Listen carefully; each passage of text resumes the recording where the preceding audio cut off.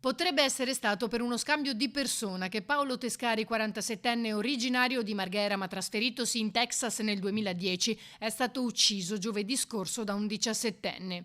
Sembra che Tescari gli avesse chiesto una sigaretta, poi il colpo di pistola, uno, fatale.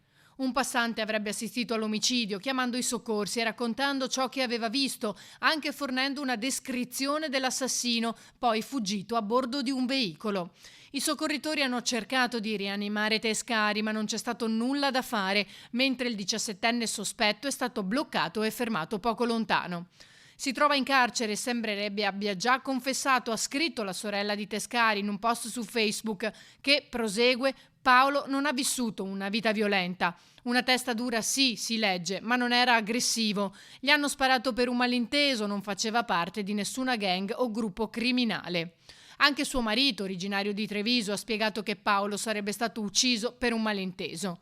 Cresciuto tra Marghera e Spinea, di padre italiano e madre americana, Tescari si era trasferito in Texas 14 anni fa dopo la morte del padre, stimato professionista del veneziano. Sconvolta la comunità della città Giardino, che esprime vicinanza alla famiglia. Lui ha vissuto tanti anni a Marghera, dalla quale è andato via circa 15 anni fa. Io non lo conoscevo, ma sono sempre situazioni deplorevoli che ci lasciano un po' l'amaro in bocca. Noi siamo oggi vicini alla sua famiglia.